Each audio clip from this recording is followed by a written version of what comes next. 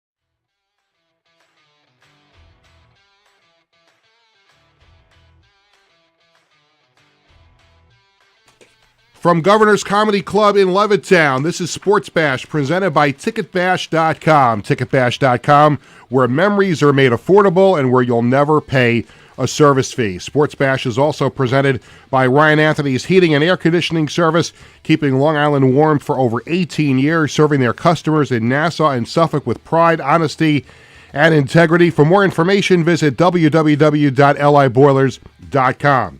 Sports Bash is also brought to you by the Embassy Diner, located at 4280 Hempstead Turnpike in Bethpage. Every customer is considered family at the Embassy Diner. Mention Sports Bash and get a free dessert with your meal.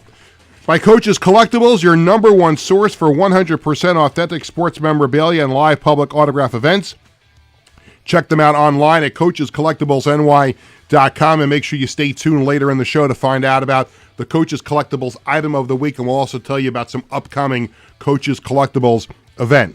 And by the Marty Lyons Foundation, the official charity of Sports Bash Media. For more information, go to martylyonsfoundation.org. Stay tuned later in the show. We'll tell you about this week's Marty Lyons Foundation annual gala. Hi again, everybody. Happy Tuesday. I'm Peter Schwartz. Welcome to Sports Bash. 516-465-3990 is the number to call. Make sure you are subscribing to Govs Comedy Club podcast channel on YouTube and follow Sports Bash Media on X, Instagram, and Facebook. You can also listen to Sports Bash on Apple Music and Spotify. Later in the show, Big topic of conversation, the New York Football Giants, and we're going to talk Giants with Patricia Traina from the Locked On Giants podcast. Of course, the Giants in the news yesterday after they fired head coach Brian Daboll, so we'll talk to Patty about that. She also covers the Giants for SI.com. We'll have What's Hot at TicketBash.com, the Sports Bash Media poll question of the day, and we'll have the Coach's Collectibles item of the week. So I have known this guy probably over 20 years.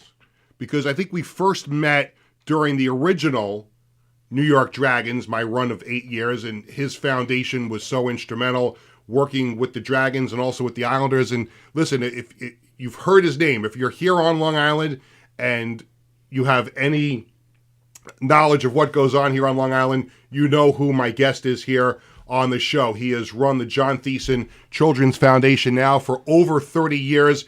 And they have a big gala coming up next month as well. And I want to welcome to the show John Thiessen. John, thanks for having me, by. Peter. Appreciate it. Thank you. So you've mentioned to me off air a few times, and you mentioned with me and Tony before, this is your busy time of year. Because you got the toy drive going on, you got the gala going on. Before we talk specifically about those, it's 34 years now that your foundation has been in place helping children here on Long Island. When you think about 34 years, like what's the first thing that comes into your mind? Are you overwhelmed with the support that you've received when you we all are? Yeah, I'm not going to speak for Tony, but but 34 years, is it remarkable for you that from when it started to where it is now? It is. It's still a grassroots foundation. I'll tell you, I started the foundation at my mom's house at Deep Lane in Wantor, and everyone remembers coming during the holiday drive to that red house in Wantor, and it's been my passion. I mean, being 17 years old, and going into, I was a senior in MacArthur High School, and I had started getting. Let's go Generals. Yeah, let's go Generals. And I had started getting some bad headaches in my junior year, and it was the summer going into 12th grade that the headaches got worse. And that September 28th of that year, 1988, is when I found out I had a brain tumor. And I thought when I came home that day after a CAT scan, and my mom told me they had found a mass on my brain or at the base of the brain, first thing I did was pound my hands on the table and started crying. I said, "How long do I have to live?" This is back in 1988. Yeah. And that holiday season, I was over at Schneider's Children's Hospital, which is now Cohen's, and unfortunately, I had to stay with the children who had cancer on the 4th floor. I was supposed to be on the surgical floor, but they didn't have room there, so I was on the 4th floor, and so traumatized by what I saw. Back then, there weren't kids like they get cancer and illnesses like now, and I had such bad post-traumatic stress that I met this one girl who would basically be in and out of there for cancer treatment, 7 years old, and she had no family support. My family and friends were always there, and this poor girl, Tasha, really never had anyone. And I left there a week later, and I said, I got to help out kids like that. And a few years later, I had to have a bunch of surgeries and radiation, and I said, I'm going to help out kids like this, and it started in 92 as a holiday toy drive, and just grew. And 34 years later, you're involved in all of these events, and it's your full-time passion now to run this foundation. But I would imagine, you have a staff that works with you, but to have the support of all these companies and organizations on Long Island, and we're a sports show, so I know you get a lot of support from the sports teams in and around the area. How important is that to the foundation to have that community and public support? I couldn't do it without them. I couldn't do it without all my volunteers, my board, and most important, the community. Everyone was always applauding me. They're like, "Oh, John, you're an angel. It's incredible what you do." Listen, I used that typewriter back in 91 to type out my first letter. I kid you not. And I used to canvass the neighborhood. Back then, we didn't have social media podcasts. So to get the word out, it was either the local paper or you had to canvass the neighborhood, and that's what I did. And depending on how the typewriter was, you had to stick the white stuff inside the typewriter if you made a mistake, right? And I wasn't a good typer, and my education was like 2nd grade. But I was passionate about it, and I would walk around from neighborhood to neighborhood and get yelled at and place the papers in the mailboxes, and it just grew. And it's incredible. Without the support of the community, the companies, the groups, the clubs, the schools, it wouldn't be possible. We're all in this together, and it's just it's incredible, really. So on this show, we talk a lot because Tony Walker, my producer, who also hosts the Knock 'em Dead comedy show here on Govs Comedy Club podcast Monday through Friday from 11 to 12:30. we talk a lot about Billy Joel here on the show because Billy Joel is, my favorite musician ever. Absolutely. I feel like his music is the soundtrack of my life. And I bring this up only because I came to visit you a couple of weeks ago. I had not been at the new location. I had always gone to see you at the old place near the Wantagh train station. And I was driving around. I'm like, I'm going to stop in and see John. I've never been inside the new house because you took over this big, red house on Wantagh Avenue in Wantagh. I'm like, I'm going to surprise him. I'm going to stop in and say hello.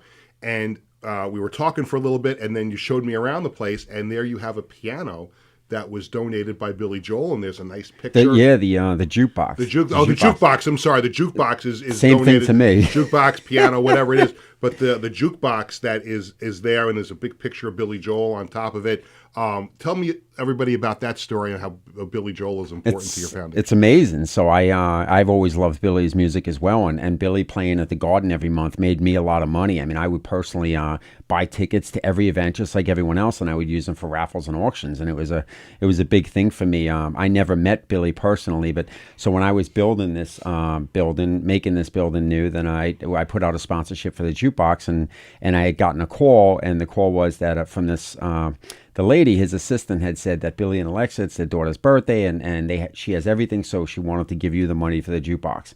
And they originally wanted the theater room, and I said it was already taken, and I had no idea who they were talking about. And it turns out, when she's turned, I said, "It's funny, it's the same name as Billy and Billy Joel." And she said, "It is Billy Joel." I said, "What?" I said, "How did he?"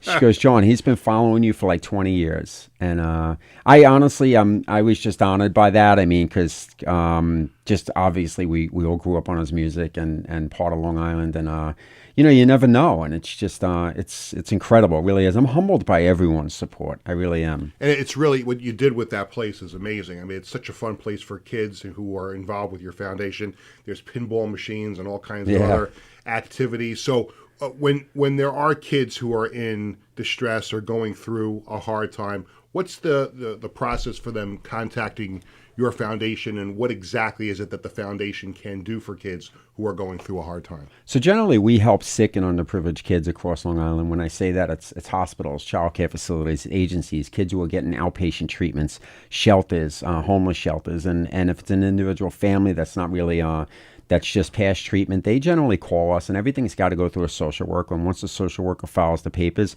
we give them not only free parties at the Fun Center, which has a theater room, which has as you said, arcade games. It has an arts and crafts room. It has a wish room filled with toys. We also do wishes. We do medical expenses. We help with transportation to and from treatments. We have a pony therapy program. We really have it. We have the toy drive. We have the back to school program. I never ever wanted to limit it to one thing, and I always wanted to make sure that the funds, whatever was brought in, was going right to these kids directly, that there was no red tape, that you didn't have to worry about. The board knows. The board obviously is amazing, but when a child or a social worker reaches out to me and a kid wants a new PS5, or the kid needs money for the hotel for transportation and stuff, I don't have to go direct to them and ask them for permission. They know it's taken care of. It's done. And I've always, in the 34 years of doing this, I've always been able to, I've never said no to a child, no matter what. If we can't do something financially at that point, and that's hard we to do. always And find that's a way. hard to do because, and obviously, with this show, we're connected very closely with the Marty Lyons Foundation. Yeah, absolutely. And they do a wonderful job as well. But there are some times where any charity is going, there are some situations that come up where a kid asks for something or a family needs something, and it's so hard to say no, but sometimes it just inevitably, depending on what the request is, it could be a no, and you don't want to say no, and it's unbelievable that you have never said no to anybody. Well, we work with a lot of other foundations sometimes, like Marty, who does wishes and stuff, which is amazing. Like sometimes if they've had a wish, I'll get a call from like a group like Marty's, like a Make-A-Wish, or another group, if they've already had their wish, and et cetera. I mean, they have so many families, and I'll help them out, whether it's a birthday party, gifts, or anything like that. We always have to find a way. And I've had kids come down to the wish room, which is filled with toys, and I've offered these kids, they come in and they're amazed by, they could have any toy they want, any gift they want. And I've had kids say they just want a winter coat. I mean, these are the children that we help out, and every community, every backyard has it. And it's so sad, and it's been my life and my passion. And I was really, really affected by what I saw that year on the fourth floor, and what I continue to see. John Thiessen is my guest. Of course, he runs the John Thiessen Children's Foundation. The holiday gala is coming up on December 4th at Mulcahy's. We'll talk about that in just a couple of minutes. If you want more information on the foundation, you can go to www.jtcf.org. But you've also mentioned it's your busy time. The toy drive is well underway, and you can see these boxes all over Long Island at various locations. What's your life like now in the midst of this toy drive as we're heading towards the holiday season? And obviously, as we just talked about, kids are looking for toys, kids are looking for coats, whatever it might be. Tell us about the toy drive. It's insane. My family doesn't see me this time of the year. I mean, now, yeah, it's crazy. It's 12 to 15-hour days, and we have to, companies and schools that request boxes, we drop them off, we pick them up. It's nonstop. Throughout this next 2 months, we collect and accept new unwrapped toys, gifts, monetary donations for kids across Long Island.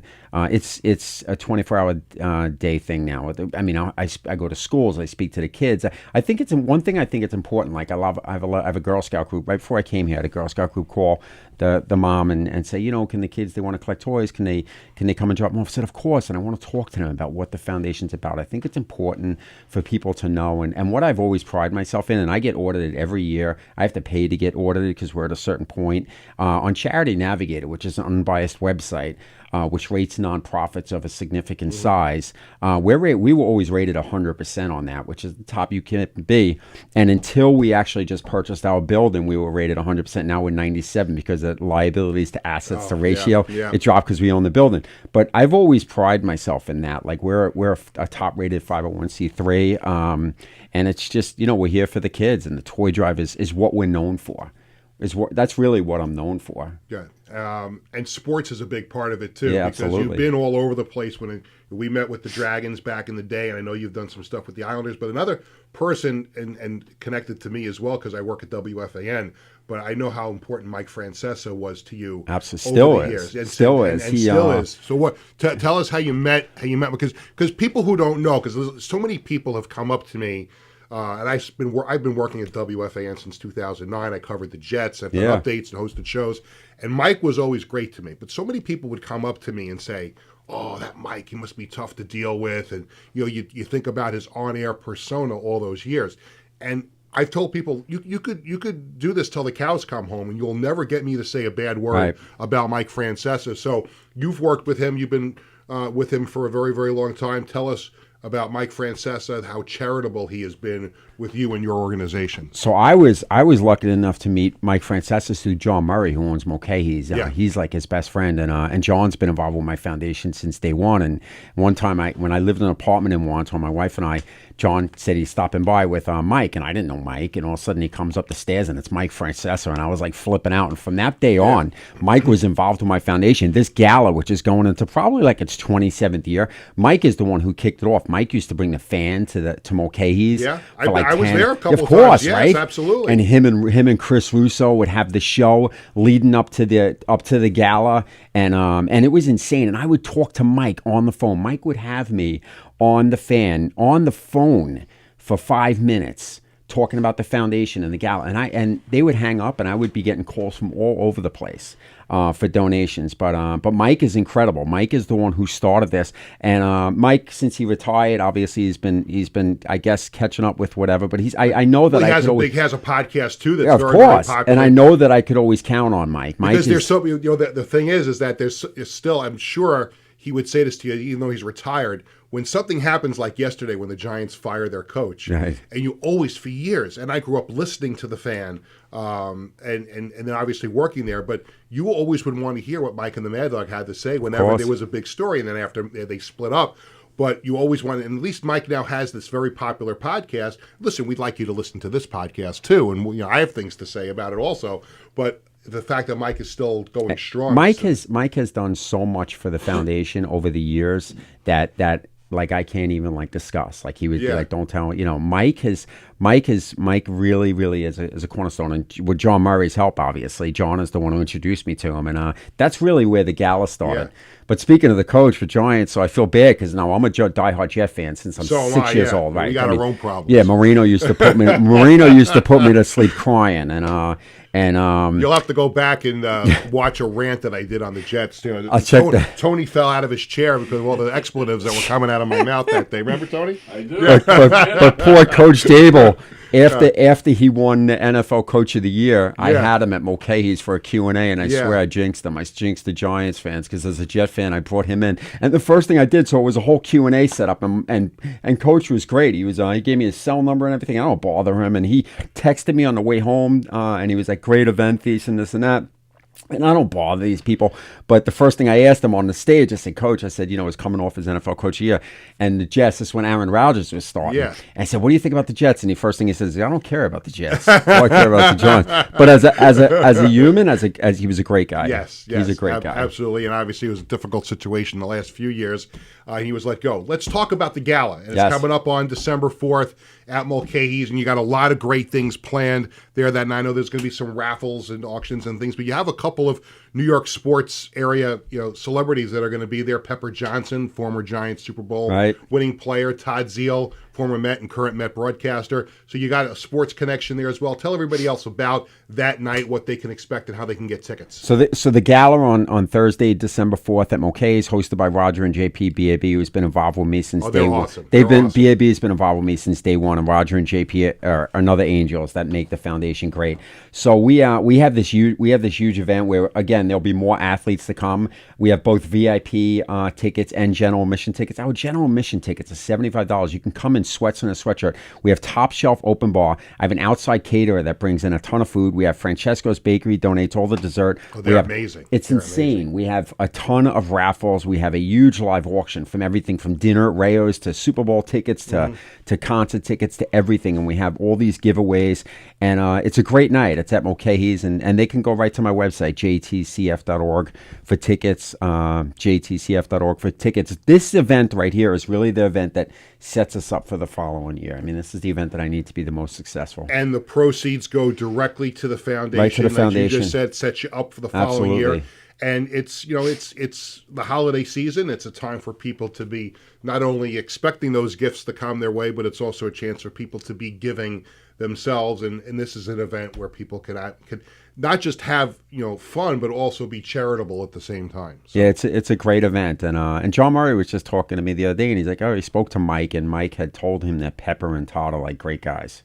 Yeah. I don't know if you ever met them. I've met Todd Zeal a few times. I've never met Pepper Johnson. I think I want to think after Pepper left the Giants, did he play for the Jets? He did. I think he did. He played, and I think when Parcells, we did all the hangouts. Lonnie Lott, but Art Monk. I think also when Parcells came to the Jets, he brought some from his former Giant people Leonard Marshall with him. But it sounds like a great event, and obviously you've done yeoman's work for 34 years. With the foundation. And again, that website is www.jtcf.org. And by the way, one of the great features about your place in Wonton, we talked about this because, I was involved with that football thing recently that never really happened.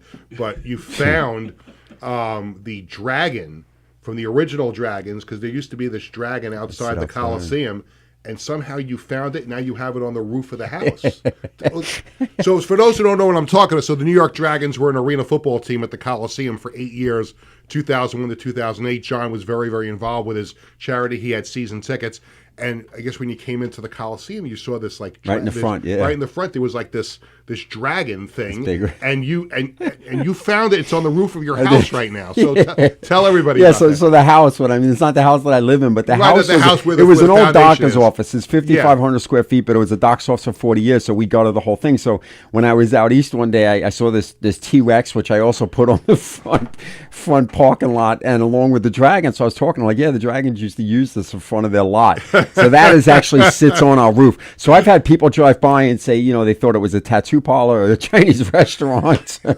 We've had it all. But no, it's a children's foundation. Yeah. And my problem is once I get into something, I'm going all out. Yeah. I found one dinosaur. There's 4 now in the front lot. I just got Wonder Woman as soon as you walk in. Batman, yeah. It's an amazing place. It's an amazing foundation. He is awesome. Thank an you. amazing human being, and we couldn't be happier to have you on the show. Best Thank of you luck so with much. everything. Appreciate Thank you that. for coming down. Thank you. So good nice luck to with the have gala me. again. That's December 4th at Mulcahy's in Wantagh. A great night with the John Thiessen Children's Foundation Holiday Gala. www.jtcf.org, and you'll have a blast with Pepper Johnson, Todd Zeal, and still more athletes and celebrities to be named. John, right. Thanks you so again, much, Pete. my friend. Appreciate it. Thanks, Tony. He's John Thiessen. When we come back, we're going to talk more about the subject we were just talking about, the Giants firing Brian Dable. Patricia Traina from the Locked On Giants, let me spit that out correctly, from the Locked On Giants podcast, and she also covers the Giants for SI.com. She's going to join us when we come back right after this.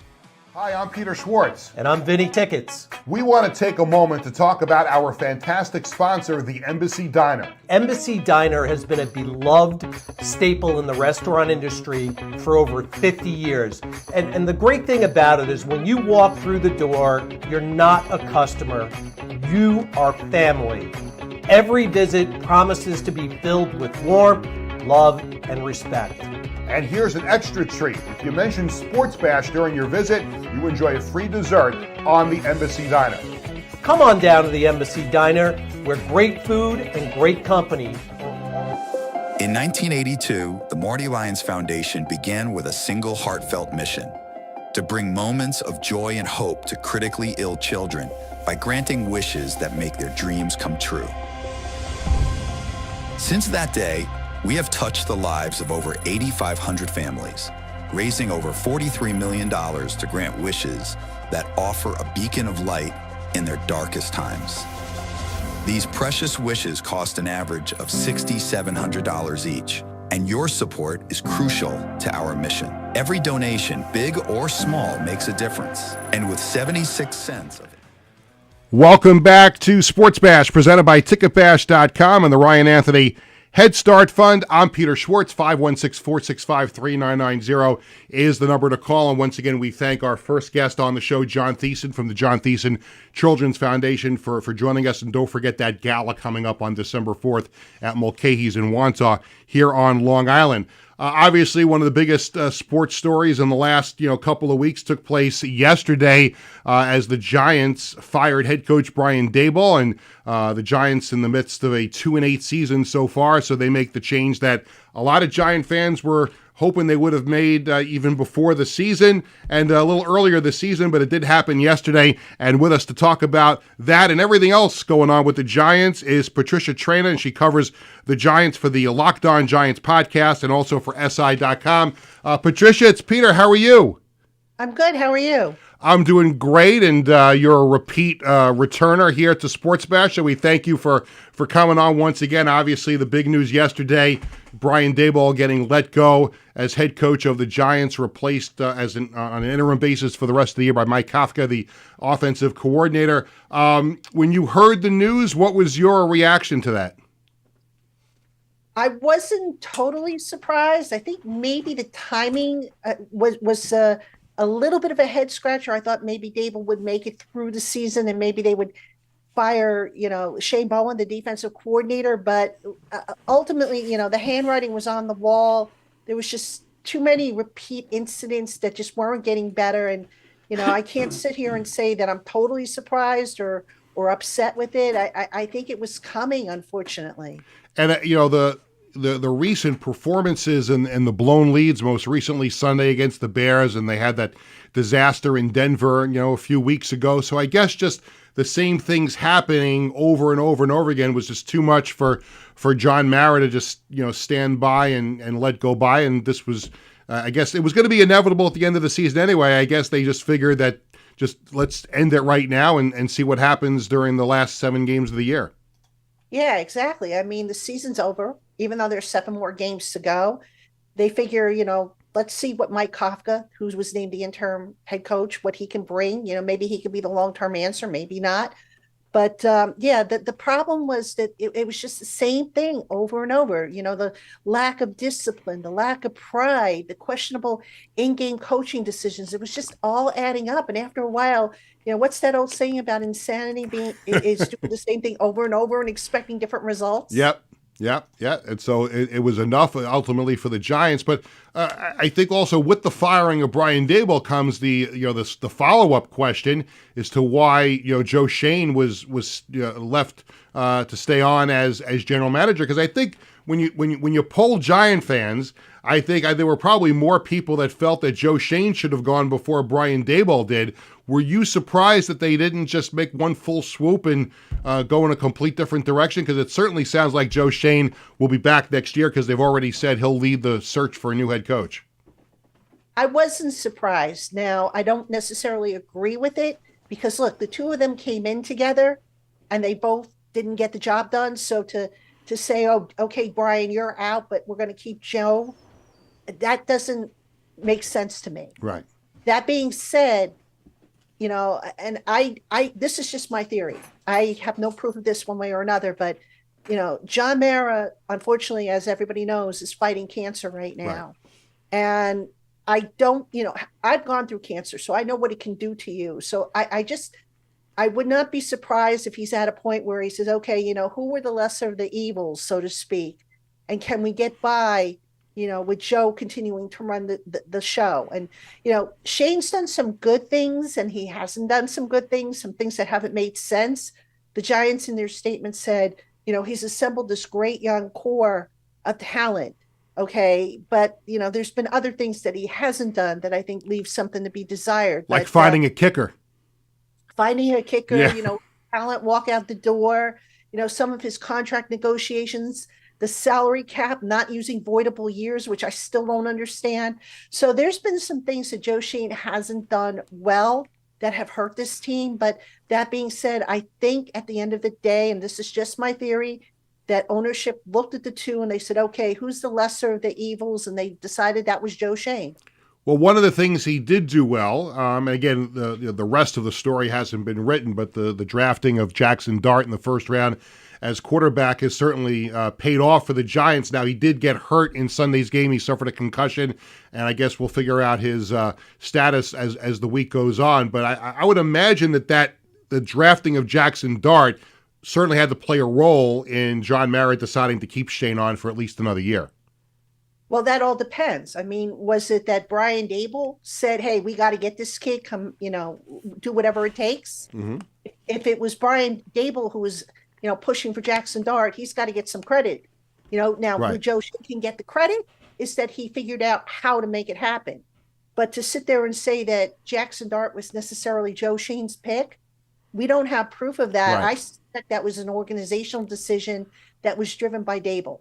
What is the latest on Dart? And I know as he goes through concussion protocol, the Giants will monitor that. But what is his status? Has he already been ruled out? What do you think? There's a chance he could play on Sunday. What have the Giants said about him?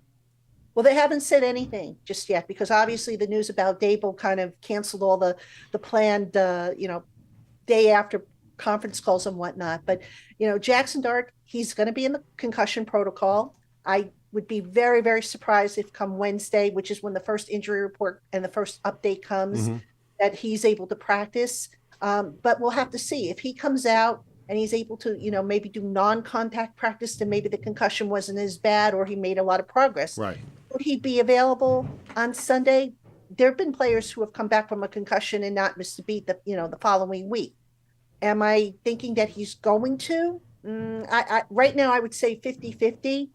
And that's going to bring up an interesting decision if he can't go, because do they go with Russell Wilson as the starter if Jackson Dart can't play, which I don't think they should, or do they turn to Jameis Winston, who would be my choice for the starter? Well, I think that would be the right thing to do too, because he has the experience of being the backup. I mean, he has served as a backup for a number of years now. So to me, he almost fills that role a lot better than Russell Wilson would.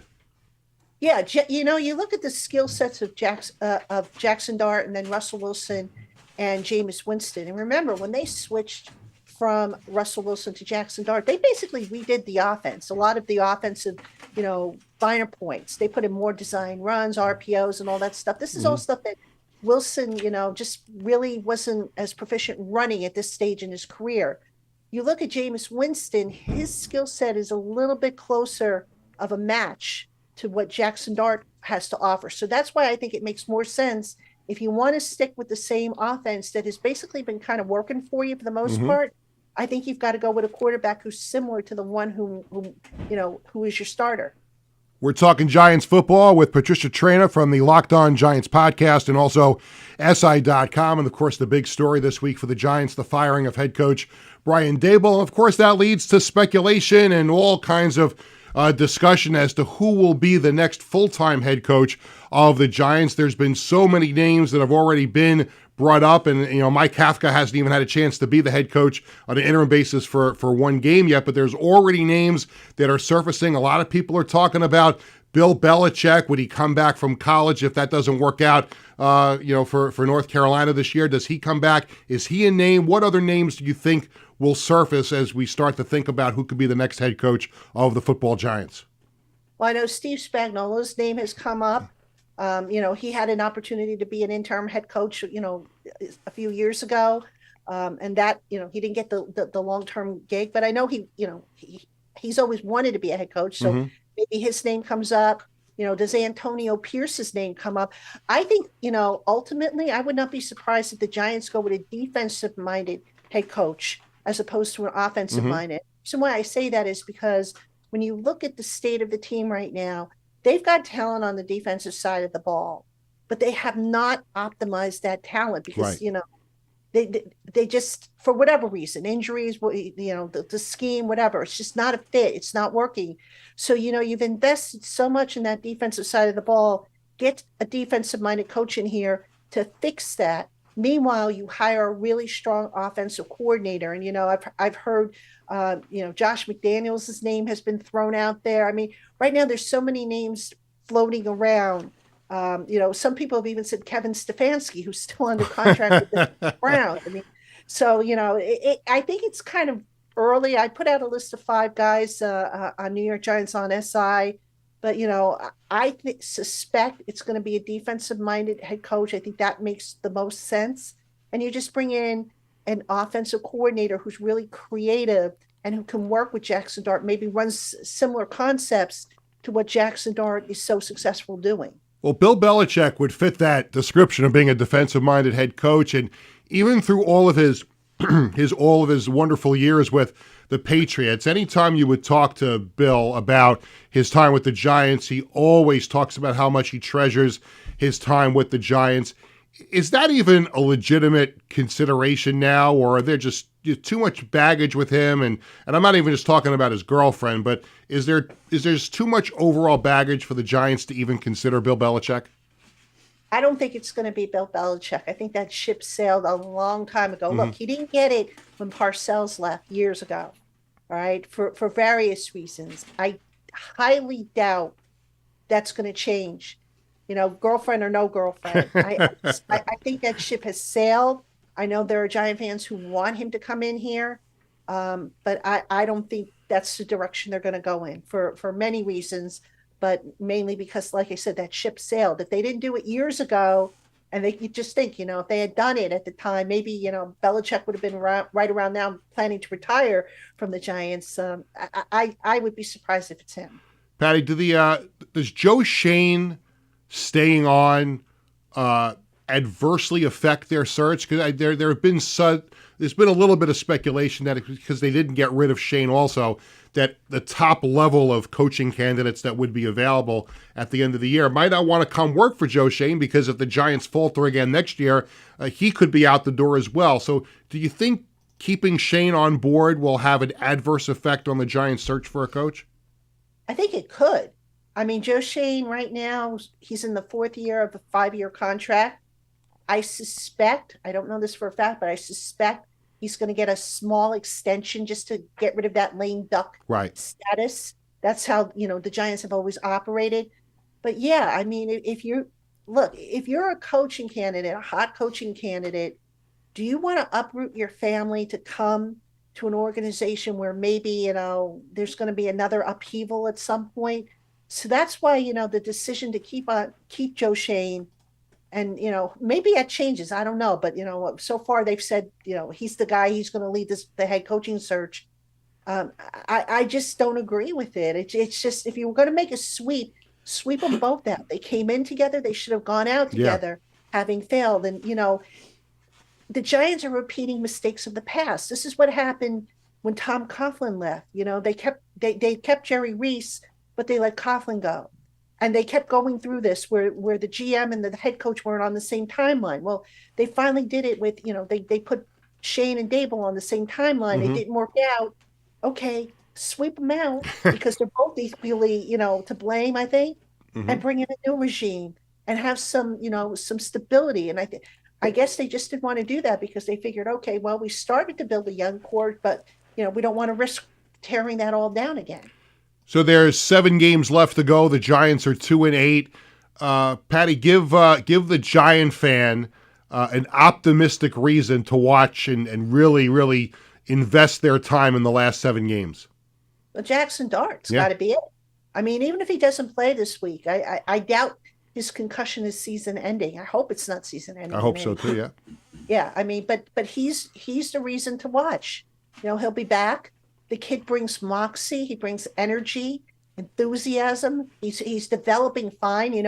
I had a laugh when people say, oh, the Giants can't get rid of Brian Dable because Jackson Dart's going to falter.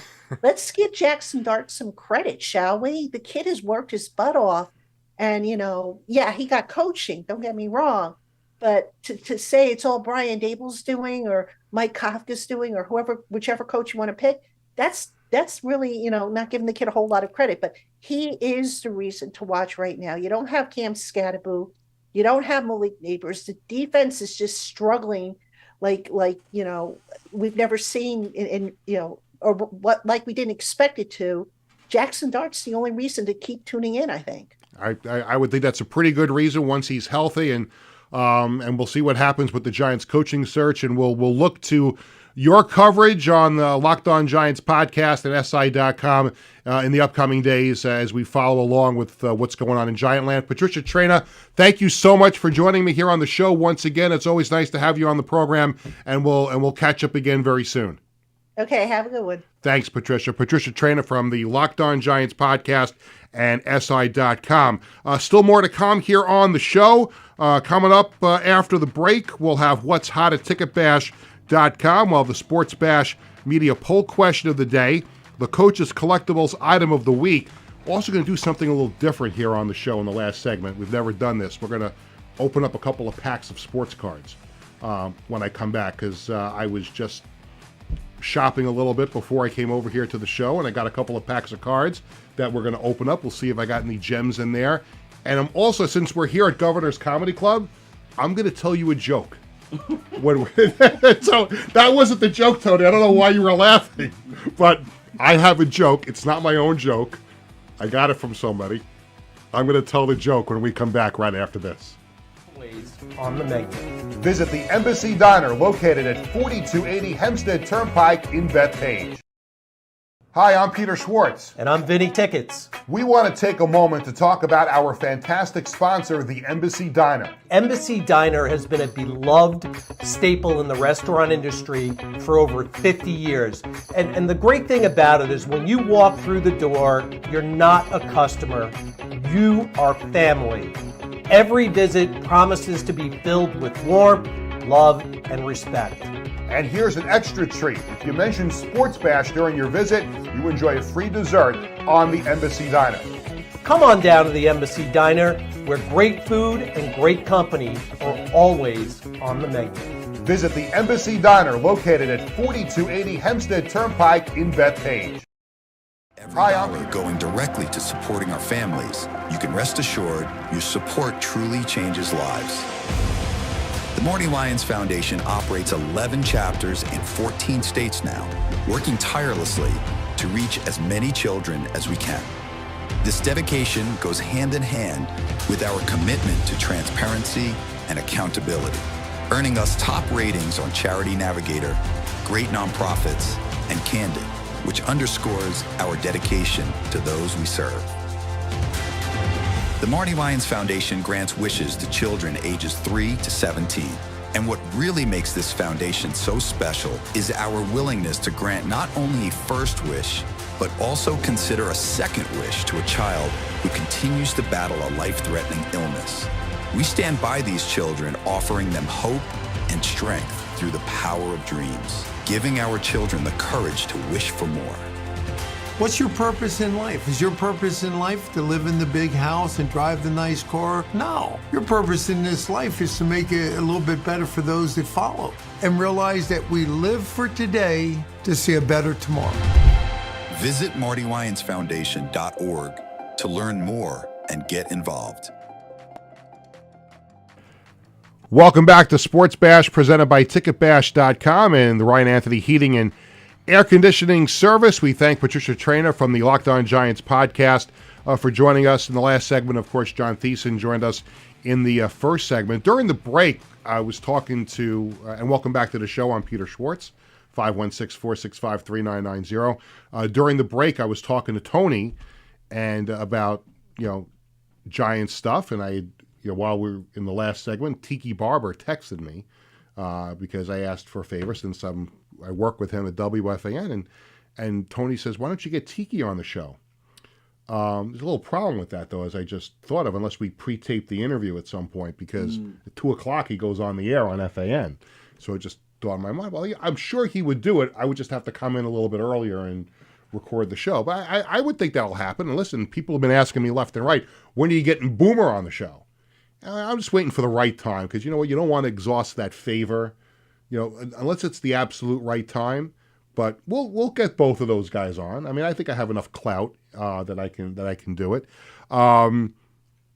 Before I get to the card break that I promised before the break, no pun intended, some sad news from New York sports came down just before the show. Michael Ray Richardson, former Knick player, passed away today at the age of 70. He was battling prostate cancer, and he was a terrific player, an all-star player for the Knicks, back years ago. And of course, he'll unfortunately be remembered for his use of drugs that got him banned by the NBA.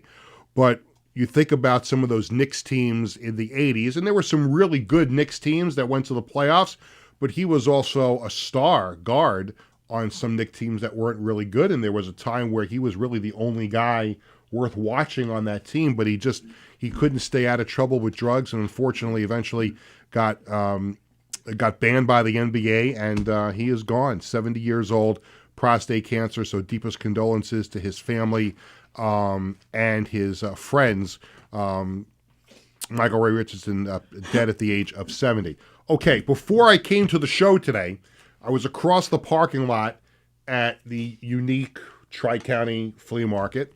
And of course, on the weekends, they have the sports memorabilia vendors upstairs. Tony, I'm sure you've been up there before. They have a whole bunch of places. But when those places are not open, my son Jared and I like to head downstairs where they have some vending machines with cards. And although Jared was not with me today, I wanted to try this because I'm going to bring Jared on the show again at some point. We're going to do a much more extravagant card break, as they say in the trade.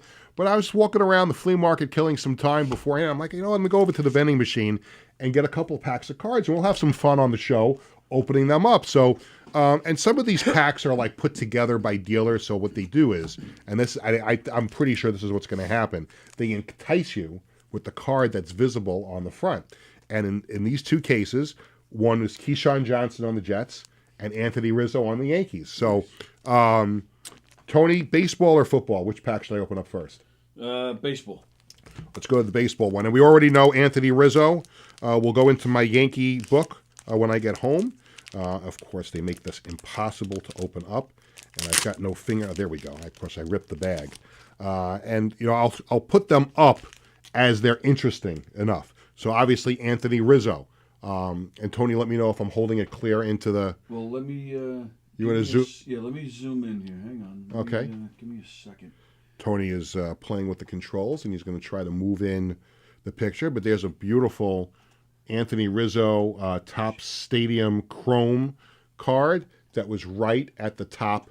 Hang on. I got 15 minutes, Tony. Come on, let's go. Just what am I doing here? No, all right, let's see. Oh, there you go. All right. Boom. Good. There's the Anthony Rizzo. Michael Brantley, no big deal. Oh, look at this one. Here we go. Ron Gant. Oh, nice. Atlanta Braves. This was a Topps All-Star rookie. That's a good one right there. Former Yankee Randy Velarde. Again, was a reason to watch the Yankees when they sucked. Trey Mancini. Let's see. Anything good? Of course, see what happens? They get you to buy it with the card that's up front, and the rest of the pack is a bunch of crap. Here's a Met. Kevin Pillar, former Mets legend. Kevin Pillar. Somebody's shaking his head. Who the hell is Kevin Pillar? You know who it is. He was a great player in his day, but not with the Mets. No, not at all. The only thing he did with the Mets was got hit in the face. Remember? He got hit in the face with the ball? Oh, yeah. Bleeding? Yeah, that's it. Here was a great John Sterling Yankee home run call. Oh. He was the most happy fella. Gio Urshela. Home run for Gio Urshela. He's the most happy fella. You don't remember him, John? Yeah, that was Cardinals, Jason Hayward, Nelson Cruz, Jared Walsh. All right, that's it for the baseball pack. And I'll sort that out in a little bit. Let me put that off to the side. And now we got the football pack of cards. Let's see what we can do with the football pack. Again. Oh, so I should have opened it while you were... What's that? I should have opened it while you were No, doing it's baseball. not you breaking the packs. It's me breaking the packs. I got to be able to do it. All right, so we got Keyshawn Johnson. That's a nice, another Topps, chrome card. Topps doesn't make football cards anymore, so this is actually pretty nice. I don't have this one. And I'm pretty sure I have like every Jet card imaginable, and I don't have that one. Look at this one. This one's interesting because I met Ron Jaworski, and I got to know him during my arena football days because he was one of the owners of the Philadelphia Soul. And here's an old, it's actually a flashback. It's a 1974 flag. It's a newer card. But look at Ron Jaworski in that really awful looking uniform that I think they doctored up because they weren't allowed to use the team names. This football pack is already better than the baseball pack. Eddie George. Oh, wow. Okay. Another nice one. The football pack, much, much better. DK Metcalf, not a big deal. Dave Craig. And here's an interesting thing about this Dave Craig card. So he's playing for the Seahawks here in this card. He was also on the Chiefs, and he was the Chiefs quarterback when Dennis Byrd got paralyzed in the game. He collided with Scott Mercereau, and they were trying to sack David Craig when he was with the Kansas City Chiefs. Kenneth Walker, not a big deal. I don't know who that is. Tell that to my mother. What's Israel Abanikanda, not with the Jets anymore, but that was a Jets card. Oh, he was just traded last week. Quinnen Williams. Oh, wow. I get the Quinnen Williams card right after the Jets traded him. How about this? Jets first-round pick, former Zach Wilson. Hey, he sucked. Chandler Jones, Derek Carr, Kamara. Let's see. Oh, here we go. Adrian Peterson on the Saints. See, this is already a better pack than the baseball cards. Jared Goff. Here on the Rams. Of course, was now on the Lions, and Kenji Miller, another Jared Goff. Jared Goff fans. I got one on the Rams and one on the Lions. There we go. Told you this pack was better. And then Myles Garrett, another good player right there. So actually, that was a lot of fun. But there's a card show coming up on Sunday, and I think Jared and myself are going to go. And by the way, Bradley is away at college. So he will go to shows with us when he's home from school. But we'll do a much more. I wanted to give that a little bit of a go and see. Tony, were you mildly entertained by that? Mildly. Okay, good. So we'll try and make this a little bit more interesting in the upcoming shows. What's hot at ticketbash.com on the sports calendar tonight? The Knicks host the Grizzlies at the Garden. They'll host the Magic on Wednesday night. The Nets host the Raptors at Barclays Center tonight as well. St. John's basketball will host William and Mary Saturday at Carnesecca Arena. The Giants host the Packers on Sunday. And on Sunday night, the Rangers host the Red Wings. And by the way, wearing the Islanders sweatshirt today. It's been a pretty good few days for the Islanders after they beat the Rangers at the Garden 5-0 on Saturday. And then last night, 3-2 in overtime over the Devils. What a game. I think me and Jared woke up the neighborhood yesterday. We certainly woke up my wife, who was sleeping when the Islanders won the game. Poor Cheryl, we woke her up. Upcoming shows and concerts. Maroon 5 is at the Garden tonight. Z100's Jingle Ball is coming up on December 12th at the Garden. Stevie Nicks will be at Barclays Center on November 19th. The Jonas Brothers are at UBS Arena on November 19th and December 21st. Get the best seats at the best prices with no service fees at ticketbash.com. And I also wanted to mention this. Mike Del Judas. Did I miss this? This was okay. I wrote this into the script for last week. He was at Paramount over the weekend. I just didn't take it out of the script. Oh, okay, yeah. I don't know if you had the wrong dates. No, it's November 7th and November 8th. And I remember we were supposed to have a show last Tuesday, and I never took this out of the script. But if you went to the Mike Del Judas shows at the Paramount over the weekend, I hope you had a great time. Those are great shows. So there's Peter not proofreading his script. It's time for the Coach's Collectibles item of the week, and he scored the game-winning goal in overtime last night. Matt Barzell, framed 11x14 photo. It's absolutely beautiful, and what a great feed last night from Jonathan Drouin to set him up for the game-winning goal. That was amazing last night, and a huge win for the Islanders. Coach's Collectibles, your number one source for 100% authentic sports memorabilia and live public autograph events. Here are some upcoming events that I want to tell you about for Coach's Collectibles. Speaking of the Islanders, forward Emil Heineman, Wednesday, December 3rd from 7 p.m. to 8 p.m. at Rip Card Company in Cedarhurst. And then, Met fans, you're going to like this. Met broadcasters Gary Cohen, Keith Hernandez, and Ron Darling, the best booth in baseball, Saturday, December 6th, 11 a.m. to 12:30 at Mulcahy's in Wantagh. A few years ago, we were at a Mets game. And this, if you ask my son Jared, I don't know why Bradley didn't come up with me that night, but I at the time I had a Mets season press credential, and we're at the game, and I took Jared up to the press box. Like maybe he'll meet, some of the guys and everything like that. Well, not only did he meet all three, he met Gary Cohen, Keith Hernandez, Ron Darling. He took a picture with all three of them and got an autograph from all three of them in the Mets press box at Citi Field. And I think if you asked Jared, it had to be one of the coolest things he's ever been a part of, to meet all three of those guys. And by the way, that is why for Met fans, I don't remember if me and Tony had this conversation before, but when Keith Hernandez got his number retired by the Mets, I know, I work with a few of them at the Fan, there were a number of Met fans who didn't think that Keith Hernandez should have his number retired. And again, I'm a Yankee fan, so I think I can have a good perspective on this. I think it was well-deserved, and it was not just solely because of his playing career, because remember, he was really, in essence, only a Met for a very short amount of time. He was a Met from 83, right? He got the trade was in 83, yeah. And then I think he left the Mets, 89?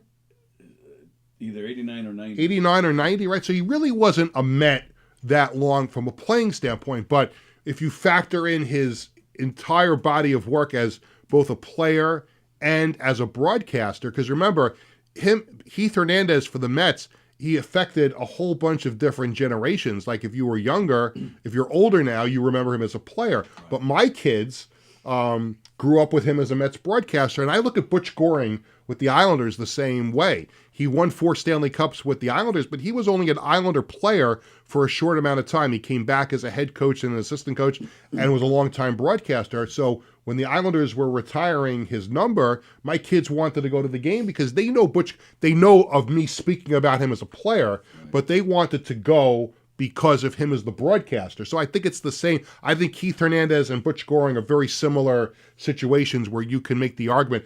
Tony, you never thought twice about the Mets retiring Keith Hernandez's number? Not at all, and he belongs in Cooperstown, in my opinion. Oh, and I think we've talked about this. I would love to see Keith Hernandez and Don Matt. I know when we talked about this, when I was in Cooperstown. Oh, that's right. When I did the show in Cooperstown. This is exactly when we talked about this. When my kids were playing at Doubleday Field and I did the show from the Hall of Fame. It would be great. It would be ultimate because you'd have this New York baseball celebration if they were able to get Don Mattingly and Keith Hernandez in the Hall of Fame the same exact year. Because when they played, and we talked about it, the two best defensive first basemen in all of baseball played for the Mets and the Yankees at the exact same time. Right. And I think it would be great if they both went into the Hall of Fame at the very same time. Speaking of the Mets as well, third baseman Brett Beatty, Sunday, December 14th from 11 a.m. to 12:30 p.m., also at Mulcahy's in Wantagh. For more information on all of these events, visit coachescollectiblesny.com. I'm going to give you the joke now. Oh, okay. I said before the break I was going to tell a joke. I think I'm going to need a couple extra minutes here on the show. So Bradley was home after his game on Saturday. Bradley came home for the weekend.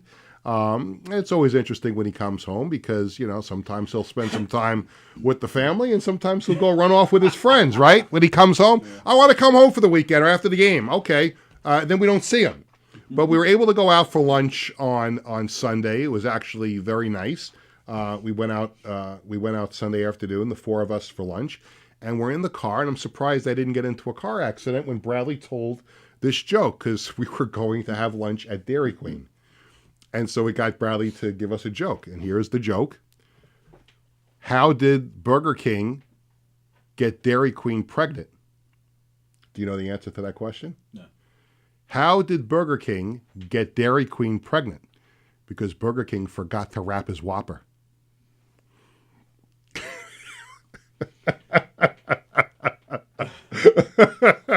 Now, Bradley tells this story, tells this joke, and I'm driving the car, and I'm crying laughing because it was like, listen, your son's away at college, they learn things and stuff like that and say things, but to hear the way he told the joke with such personality, and he enunciated everything so well. He projected his voice, and just maybe it was just the way that he told the joke. I couldn't stop laughing for about 5 minutes. I thought seriously I was going to get into a car accident. That's how hard I was laughing. Obviously, I didn't get Tony to laugh as hard as I laughed when Bradley, but I thought that was a very, very funny joke. Maybe somewhat inappropriate, but it was a very, very funny joke. So there you go. There's the Peter Schwartz comedy section of the show. It's time for the Sports Bash Media poll question of the day. We post a poll question every Tuesday and Thursday on the Sports Bash Media X/Twitter page. Giant fans, who should be the next head coach of the Giants? Bill Belichick, Matt Nagy, Mike McCarthy, or other? Comment below. And again, I always have to talk about this. When I say other, comment below. What does that mean? You have to comment below. So I'm going to go to my Twitter thing here, and I posted this this morning, 8:34 this morning. Bill Belichick has 18% of the vote. Matt Nagy has 18% of the vote. Mike McCarthy has 29% of the vote. Wow. Other, comment below, has 35% of the vote. However, only one person commented. John Gruden.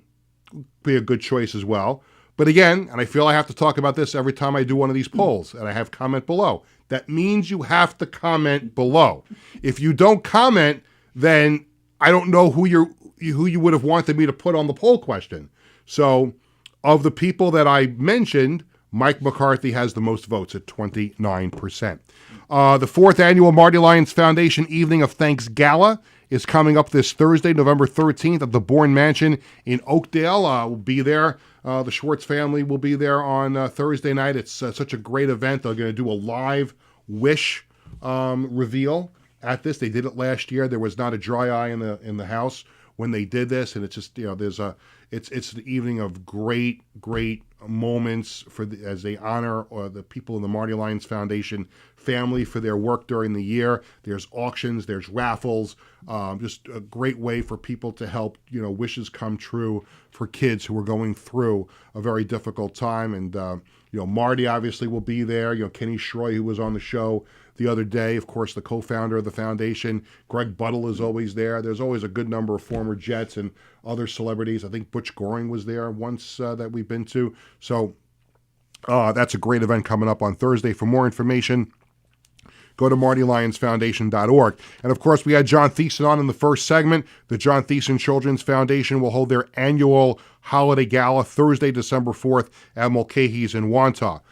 This week on the show, because we only had one show last week, We're going to have 3 shows this week. And, of course, you remember the other day I kept going through days, and Tony kept saying, no. So we're on today. We'll be on Thursday. We'll also have a show Friday. We'll tell you about Friday's show on Thursday because we haven't put that together just yet. But we got a great show on Thursday. And because of the studio issues, we had to postpone this interview. But former Islanders defenseman Dave Langevin is going to be on the show. He was part of all 4 Islanders Stanley Cup championship teams. And as I mentioned, he doesn't do a lot of interviews. So you want to tune in for that because we'll get a chance to catch up with Bammer, a big part of those 4 Stanley Cup Islander teams. We will also be joined in studio on Thursday by singer Mark McLaughlin and former NFL player Gary Brown. They'll be a part of the 2nd annual We Huddle to Help Flag football game on November 15th. That's this Saturday at Stotsky Park in Riverhead. So you want to stay tuned for that. It's a great event, the 2nd annual event. Unfortunately, can't make it on Saturday. I'll be watching a certain long snapper do his snapping for the last time this season, the last game of the year. And my son Jared is calling me on the phone, even though he knows I'm probably still on the air, but it's okay. I'll be outside in just a moment. We'll also have a special edition of Sports Bash coming up Friday at 1 o'clock. That'll do it for this edition of Sports Bash presented by TicketBash.com and Ryan Anthony's Heating and Air Conditioning Service. Thanks to my guests, John Thiessen and Patricia Trena. Thanks to Tony Walker, everyone here at Governors. Thanks to our social media coordinator, Connor Kalb. Sports Bash is sponsored by the Embassy Diner in Bethpage, Coach's Collectibles, and by the Marty Lyons Foundation. Only 2 minutes over. It's not too bad. Thank you, everyone, for watching. Sports Bash back Thursday at 1 o'clock. Have a great day, everybody. Stay warm.